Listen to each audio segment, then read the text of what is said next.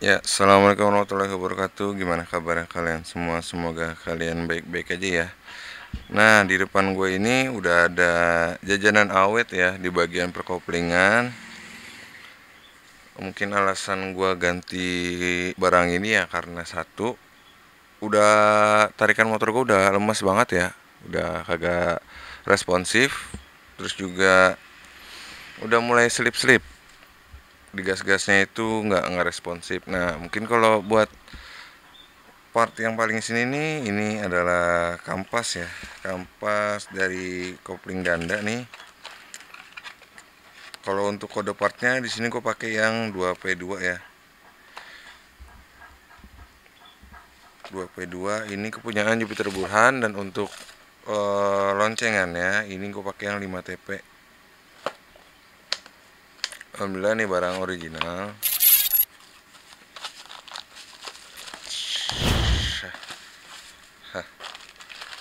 Original Yamaha ya, bukan KW. Dan untuk kampasnya ini gue pakai kepunyaan F1ZR. Ya udah, nggak pakai lama lagi, langsung aja kita bongkar Vega Bangke. Yuk.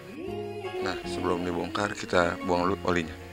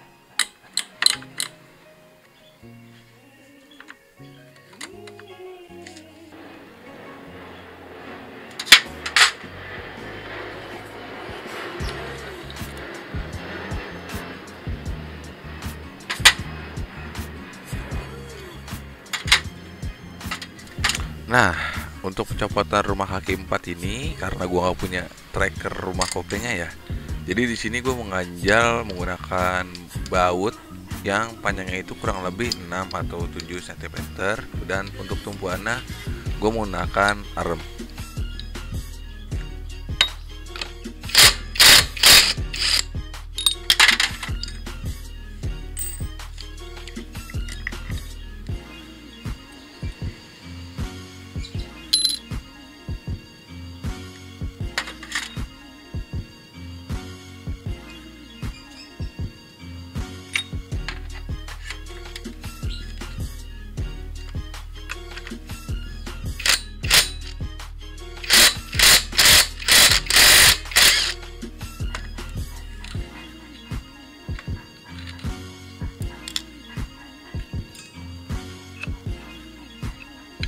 Nah, ketika pencopotan loncengannya ini ya, itu ngalamin susah. Gue di sini sudah sempat berpikir nih, kayak semacam ada suatu kejanggalan di motor gue, entah di bagian mana gue juga masih belum tahu.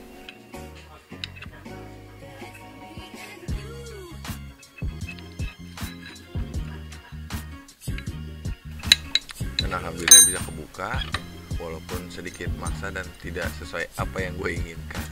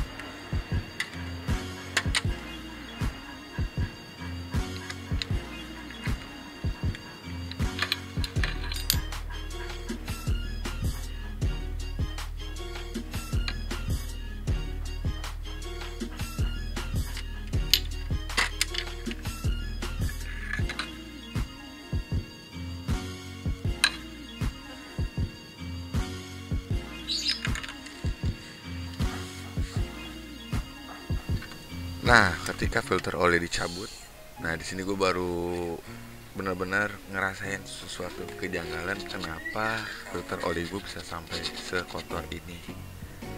Dan ini tuh berwarna hitam ya.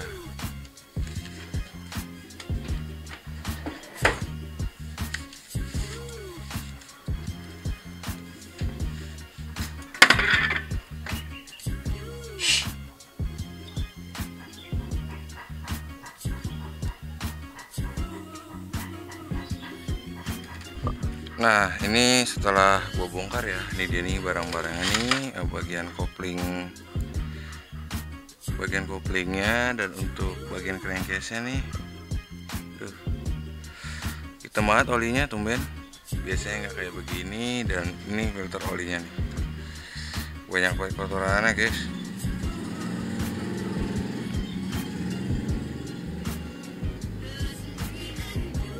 Mungkin penyebabnya karena dari sealnya kali ya, udah terlalu lemah, jadi kagak kuat. Bagian sini itu, bagian sini itu banyak banget hitam tuh, gila olinya tuh. Ya udah, gue pengen bilas dulu ini bagian perkoplingan yang lama. Habis itu kita beresin dan kita pasang kopling yang baru. Ya udah, kalau buat pembersihan ini kita time lapse aja ya. Yuk.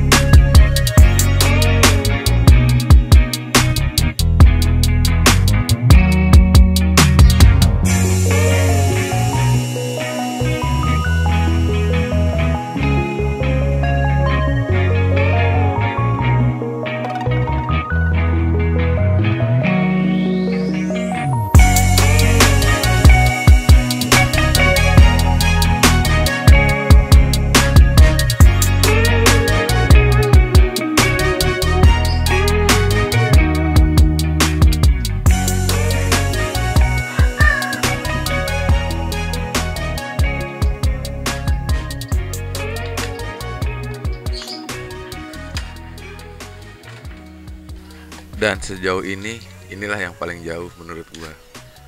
Ternyata sampai masuk ke rotary pompa oli. Dan ternyata pas gua lihat-lihat, pas gua telusuri ya, secara mendetail, ternyata hitam-hitamnya ini itu semacam dari karet. Nah, kalau untuk karetnya ini gua masih belum tahu ya. Ini tuh karet dari apa? Makanya kan tadi pas di video sebelumnya itu gua mengira itu adalah salah satu karet dari seal ya, yang gue bilang melemah itu. Ya udah, gue lagi coba bersihin pompa oli semaksimal mungkin, walaupun nanti ujung-ujungnya itu gue beli baru.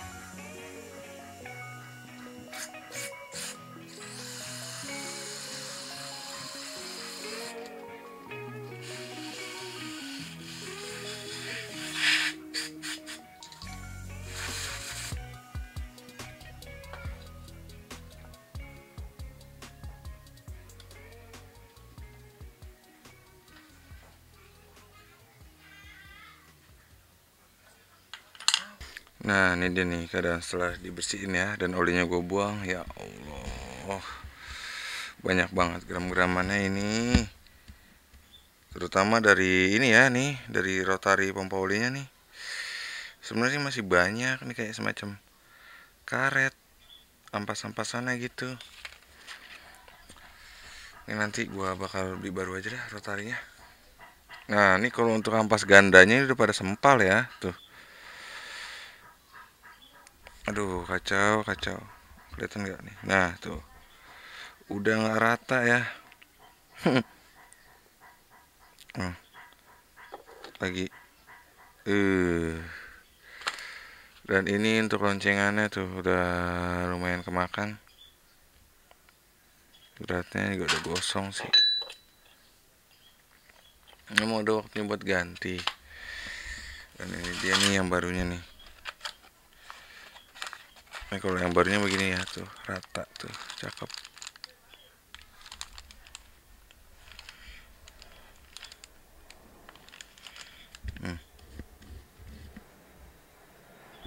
Belum gue buka, ntar deh gue buka. Ya wes, kita coffee break dulu ya. Nah, ketika coffee break, gua sempatin waktu buat mampir ke bengkel 54 Gares dan sekalian membawa rumah kopling gua. Ternyata karetnya Gompa. Sejauh ini sih ini yang paling jauh.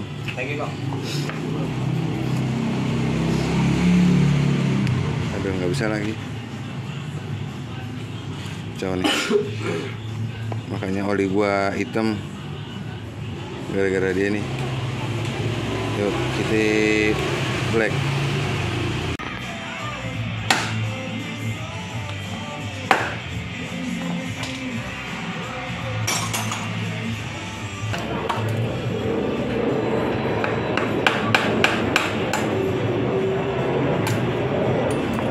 Coba kita lihat karetnya. Jeng jeng. Apa? Nah, setelah ketahuan penyebab oli gue bisa gampang berubah menjadi warna hitam dan dari filter oli tadi banyak karetnya, langsung gue bawa pulang setelah mengganti karet koplingnya itu dan pemasangan part-part lainnya, termasuk ganti kampas ganda satu set sama ganti kampas koplingnya. Oli baru juga jadi hitam gara-gara ini. Nah, setelah sepulang dari bengkel 54 Garage, gue lanjut masang bagian kampas gandanya ya. Nah, sebelum kita pasang itu kita masukkan dulu ring bentengannya ke dalam loncengannya. Lalu masukkan bentengan beserta pernya. Nah, untuk memasukin pernya ini karena pernya kecil ya. Di sini gue menggunakan alat bantu semacam jarum atau obeng. Karena jika tidak menggunakan alat bantu lumayan susah ya untuk masukin pernya. Nah, setelah bentengan ini terpasang, saatnya kita pasang kampas gandanya. Lalu masukkan bos loncengan, ring, dan mur lalu dikencangkan.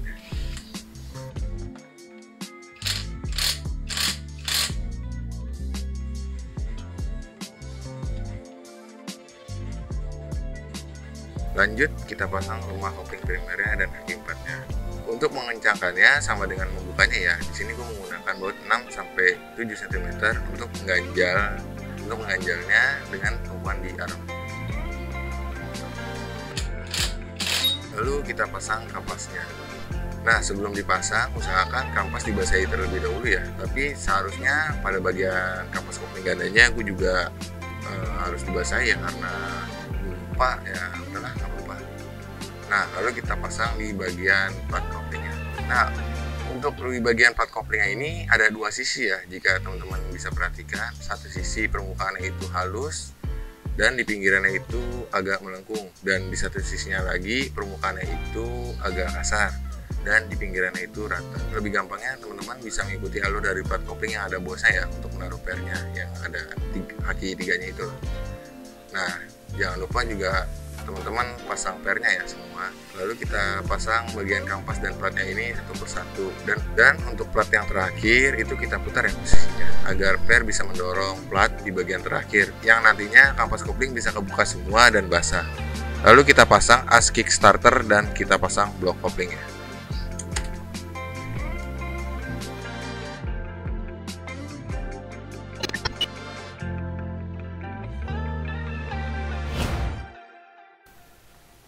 Oke, sekian video gue kali ini untuk proses penggantian kampas ganda dan kampas koplingnya ya. Mudah-mudahan video ini bermanfaat. Jangan lupa di like, share, komen, dan subscribe. Terima kasih.